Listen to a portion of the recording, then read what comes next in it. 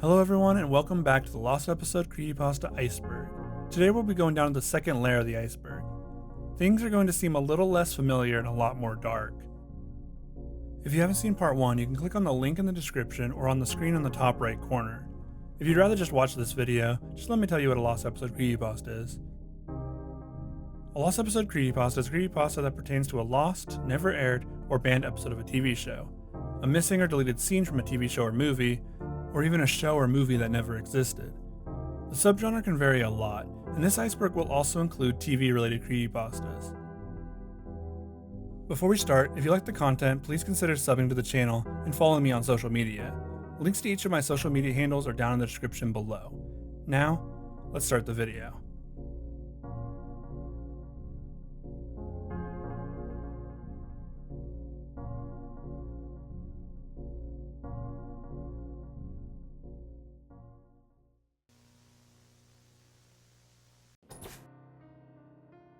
A Bug's Life is an animated movie created by Pixar. It stars an ant who wants to fight an oppressive group of grasshoppers that are extorting his ant colony for food. The author of this creepypasta states that they found a deleted, never-before scene from the movie. The author found a VHS tape while walking back from swim practice. The tape had a Bug's Life deleted scenes written on it.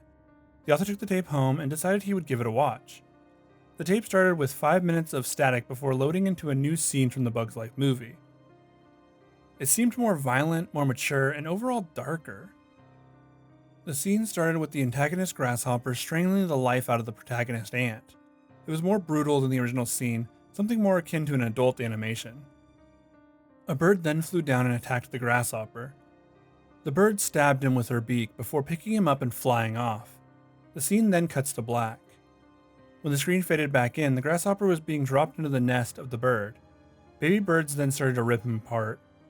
The scene was grotesque as it showed his body being ripped limb by limb. The author waited for the film to end before ejecting it and putting it back in the case. He decided to sell it on eBay so someone else can experience this horror.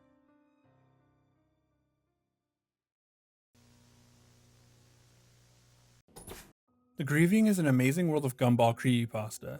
The author of this story is named Sarah, and she recounts her encounter with the dark episode. At 4 a.m., just as Adult Swim was changing back to Cartoon Network, she saw a promo for a special new episode of The Amazing World of Gumball.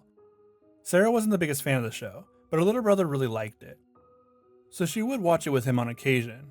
She decided to watch this episode so she could possibly spoil it for her brother later, just a normal showcase of sibling affection. The episode was titled The Grieving, and it started with Gumball, a blue cat character, staring into the corner of a dimly lit empty classroom. His eyes were puffy and red. His lip was curled downward, and any glint of emotion was missing from his eyes. The scene then shifted to Gumball's dad in a black suit. This was odd since the dad was usually shown as a slob. He sat on the couch of his living room and started crying uncontrollably. The crying felt genuine. And it was at this point Sarah noticed that the animation was different. The backgrounds of the show, which were real-world pictures with the characters animated over them, looked different somehow. They looked more unnatural, and they didn't fit in with the animation. The animation itself looked like old Flash animation with sloppy-looking characters. Nicole, Gumball's mom, then walked to the front door. She was dressed in a black dress with a matching hat. These two were clearly in funeral clothes.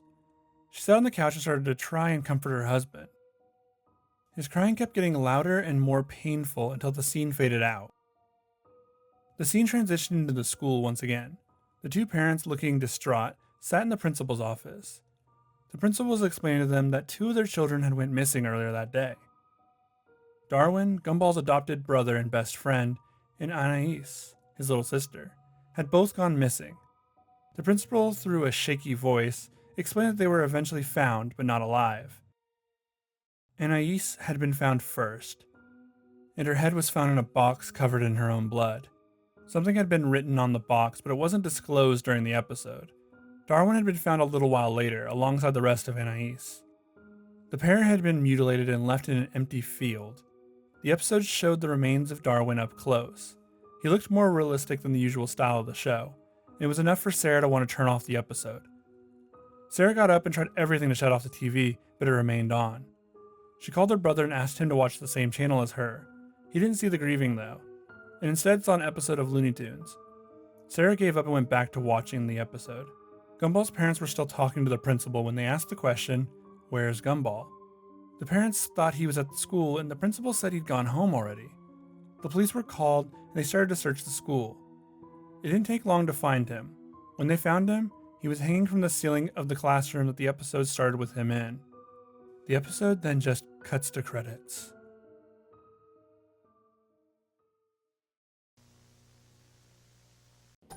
We all remember when we were young, and there were shows we weren't allowed to watch. For some reason, just knowing you weren't supposed to be watching it made you want to watch it more. This is the story of the author of Turn the Crank. They are obsessed with the idea of watching Adult Swim, simply for the reason that their mom wouldn't let them. A tiny flicker of rebellion, even at the young age of 6.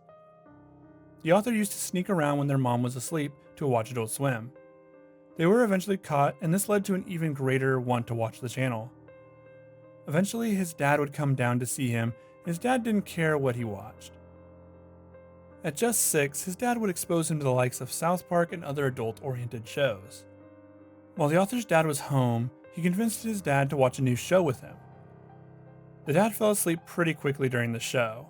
This left the author with the freedom to watch whatever show he wanted. A new show was coming on as the screen faded to black following a commercial. The author slid up close to the TV and waited before a new logo appeared on screen. It wasn't the Adult Swim logo. Instead, it was a logo that looked similar to the National Geographic one, but with no color. It appeared to be a movie that was starting. This excited the author, who was so excited that they would be watching a forbidden movie. It was also something they could brag to their friends about at school. The movie started with translucent rain mixed with droplets of blood falling from the sky. The rain fell upon a woman with purple hair, though the rain seemed to be draining the color from her hair. The animation of the movie was very low budget looking overall. The music that played in the background was eerie piano music that seemed to just drone on. The sound effects also sounded very low budget to just go with the theme of the movie so far. The camera then shifted to the face of the girl, and it was cartoony. She looked like she had a power outlet for a face, but as the camera zoomed out, it turned out that she was a power outlet. A power outlet with slim, stick-like legs and arms. The stick-like woman raised her arm and the camera zoomed up the arm before moving towards a glass window. The camera went through the window, and on the other side was a very large man, kind of resembling Santa. The very large man sat in front of an old record player on a small table. He began to turn the crank on the record player, and it played some awful tune that sounded like something that would play at a funeral. "Turn the crank," the man yelled suddenly. The camera zoomed in on the crank of the music box. The man continued yelling, "Turn the crank." He continued to turn the crank until it looked like the record player was starting to crack, until it finally came all the way apart. The screen then zoomed in on the man's face as it shattered into glass. The glass then transitioned into the rain from before. Only you could tell it was glass falling from the sky and not rain. A city was visible under the falling glass. Rays of crimson could be seen on the rooftops of some buildings. On the ground was the power outlet-shaped girl from before. She laid in a pool of her own blood as the glass fell upon her. A voice let out a final sentence. "The girl is fine, don't you fret. Thanks for watching my show, kids, but you're not out of hell yet." With that, the show ended and the author started crying loudly. Loud enough to wake up his dad. The dad accidentally changed the channel, but changed it back immediately after realizing what he'd done. The author stared at the screen. It wasn't Adult Swim that they had been watching, but instead, it had been a movie channel. Only this movie channel appeared to be one that they weren't paying for, as the channel said, "Programming not authorized. Please confirm that you are subscribed to the channel, or unplug your receiver to resolve the issue. If you continue to see this error, please contact our cable provider. We apologize for any inconvenience."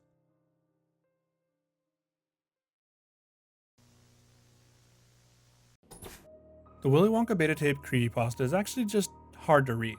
It tells a supposed alternate copy of the original story that was made before the book. It was released exactly 1 year before the book, actually. The author was able to acquire a copy by mail. He'd sent a letter to someone who was close to the author of Willy Wonka and was sent a VHS in return. I'm not sure why they decided to send some random person a VHS copy of something that could ruin their reputation, but they did. The VHS had the true story of Willy Wonka written on it in black marker, a pretty common staple for lost episode creepypastas. I can make a list of how many stories did this exact same trope, but if it did, then I wouldn't have the video up until 2023. The Willy Wonka beta tape creepypasta is probably my least favorite creepypasta of all time. I can't tell if it was meant to actually scare people, or if it was a troll pasta in disguise. It's just not very good though, because it tries too many things. It's not really worth retelling the story, as there really isn't one. All it does is demonize Wonka in weird ways and add generic creepypasta tropes. I would have liked them to explore a lot more subtle horrific moments from their source material.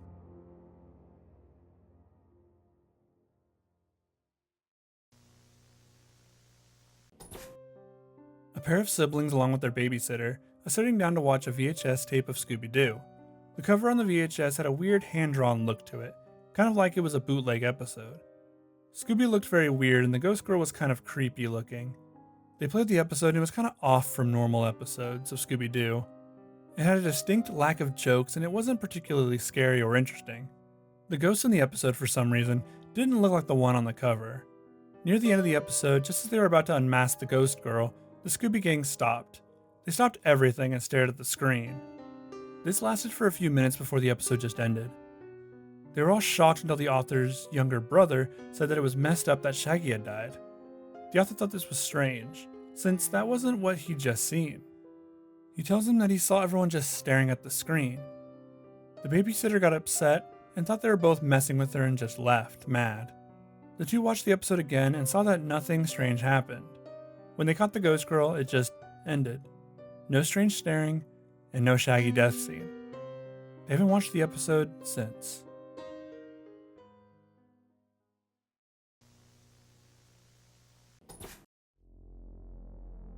The Black Friday incident refers to a Toy Story creepypasta centered around the production of the first movie. Disney had sent the team at Pixar lots of notes, with the main theme being that they wanted more edge added to the movie. Apparently Disney wanted it to be a bit darker film than Pixar wanted to make. The Pixar team would work around the clock on revisions and would still get messages back from Disney with the want for more edge. The need for edge had changed Woody's character the most. He was rude to the other toys and angry all the time. Bo Peep was also more prevalent in the story, but her role was mainly to flirt with the male characters. Buzz Lightyear was instead Lunar Larry and was more like an old school superhero. The higher ups at Disney would be shown the progress of the movie each week, and each week would send back notes to the creators. The notes were always the same. Edge. This movie needs more edge. It was draining on the crew, who were already working overtime. Eventually the head of the writing team had an epiphany. He knew exactly what Disney was asking for. More edge, darker humor, more cynical, and more adult situations and humor. He had a plan for the movie. A week later, a crew headed to Disney to show them what they'd been working on. The film reel was 48.5 minutes long. It had taken them hours to get even just this portion of the film done. The movie opened up with Andy and Woody having a Western-style shootout, which turned out to be all in Andy's mind. The film was completely normal for the first 20 minutes. After that, the film started to show the edge that was requested of the team. For example, Mr. Potato Head would remove one of his eyes and throw it under Bo Peep's dress for a look-see. Woody would yell at the other toys and get violent randomly, like he had some major anger issues. Woody was almost like a tyrant in Andy's bedroom. The scene where Woody accidentally pushes Buzz out of the window instead had Woody throw him out after a fake handshake between the two. The sound of Buzz hitting the ground was a stock sound, but it still sounded much more rough than the original. The rest of the toys started to riot against Woody, eventually leading to him being thrown from the same window as Buzz. He landed much more gracefully than Buzz. When he looked over, he saw that Buzz was split open and parts of his insides could be seen. Buzz's eyes were also bulging from their plastic slots. The reel then cuts to Woody and Buzz trapped inside of the claw machine at Pizza Planet. Instead of the aliens from the movie, they have little pizzas with sunglasses on surrounding them. Sid still finds them, but for some reason, he's smoking cigarettes as he attempts to win the toys from the machine. The scene plays through some bizarre footage before jump cutting to a naked Woody against a black background. He appears to be smiling as his flesh starts to rot away. He then dips his hand into his empty eye socket and writes on the wall behind him the word Edge. The word Edge was the last thing on the screen. The Disney employees had to leave the room, and they decided that they wouldn't interfere with Pixar anymore and let them make the movie they originally wanted to make.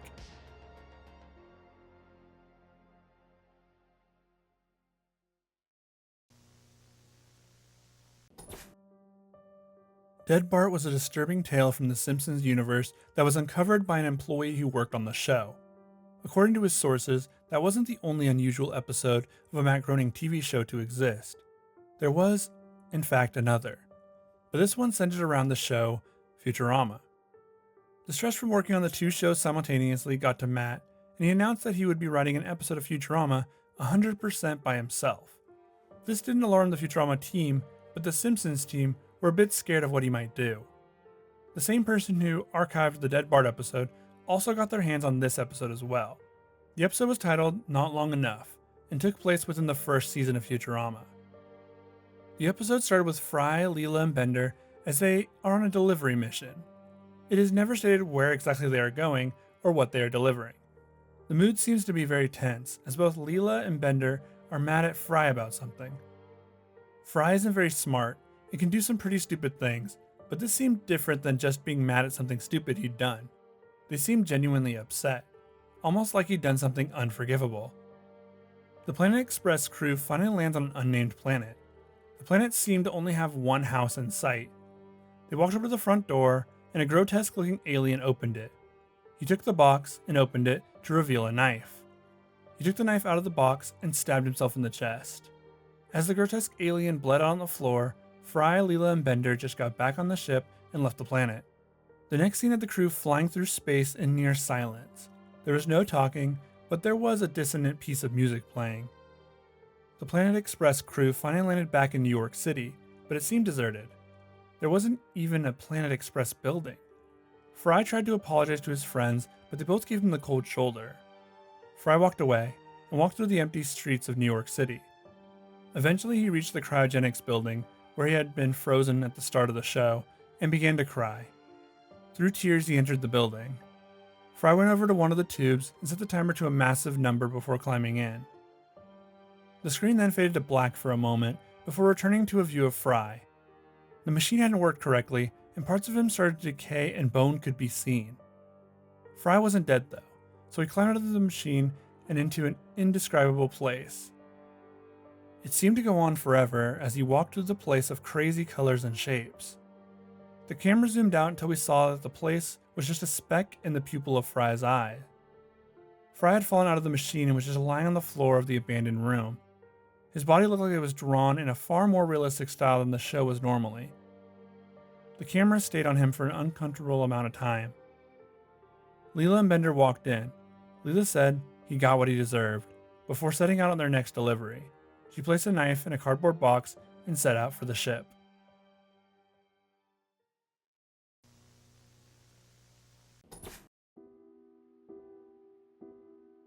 Faith Buddies is one of those late-night television shows with a religious message.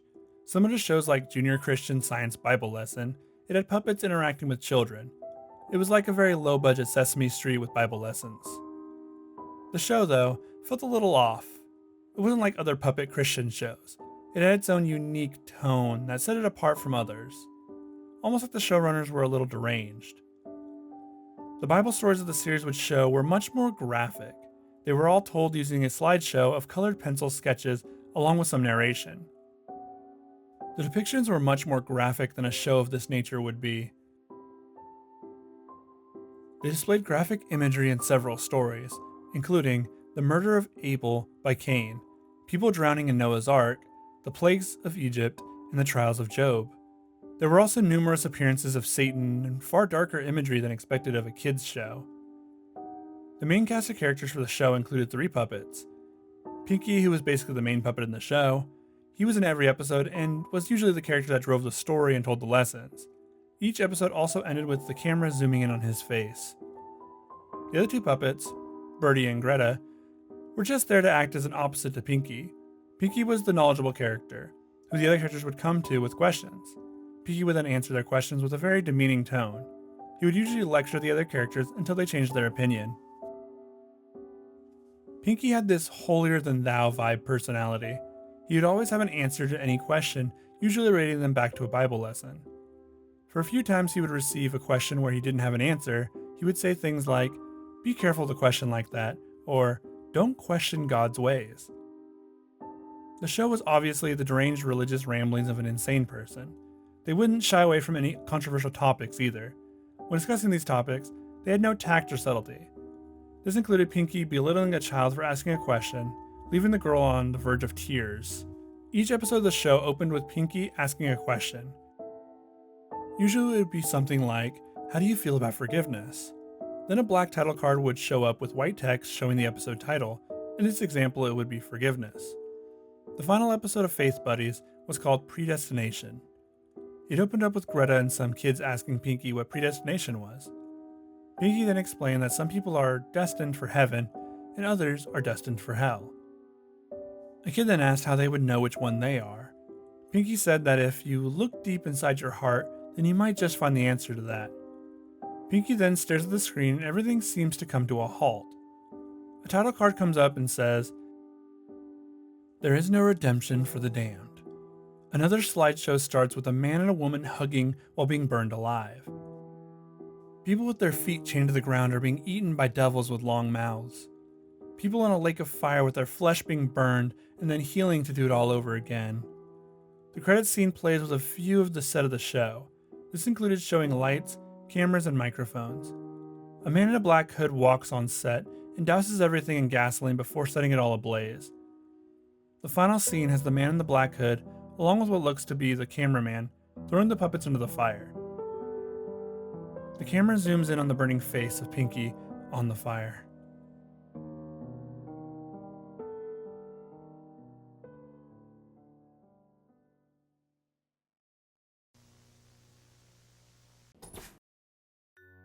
The 13 Tom and Jerry shorts made by director Gene Deitch are famous for their poor quality and rather disturbing nature, featuring badly done sound effects and animation and having a more realistic feel to the violence.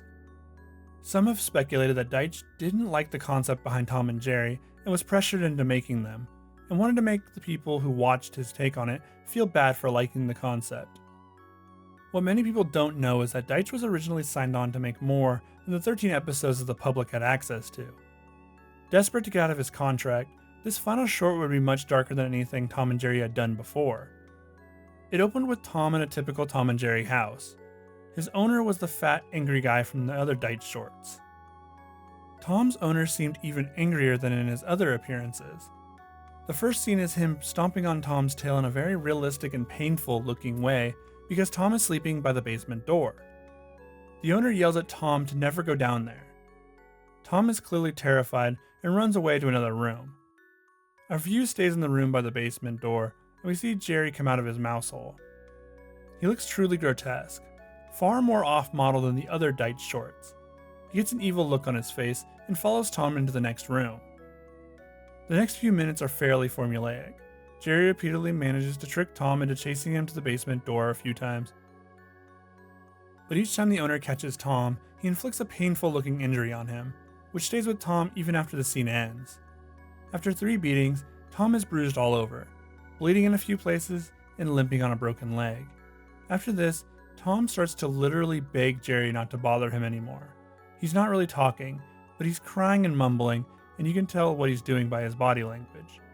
Jerry just laughs at him and pushes him back to the basement door. The owner catches Tom again and goes ballistic. The camera zooms on his face. It changes color and distorts as he yells at Tom in a much louder voice than any other sound in the cartoon. It seems like Jerry has finally decided to take pity on Tom though. Jerry picks up a knife that was lying around and stabs the owner in the leg, quite graphically.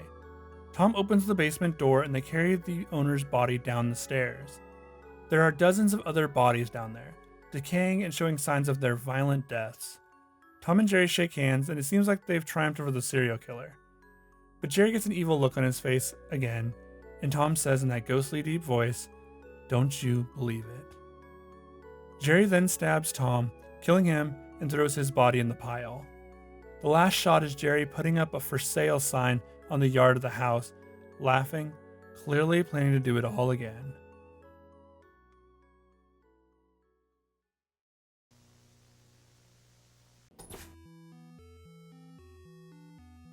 ScoobyDoo Lost Episode God is a troll pasta about Ultra Instinct Shaggy.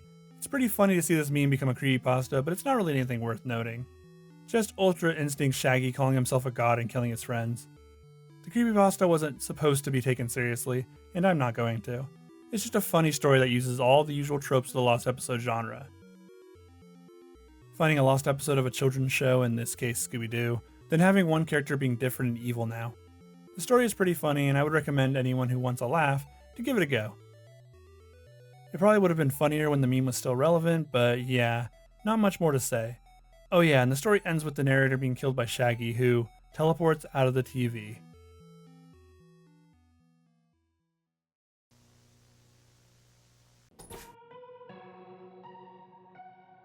In 2004, a group of 3 men had performed an urban exploration inside of an abandoned house in Wyoming. The men started exploring and venturing further into the building and ended up finding a cassette in an old weathered box.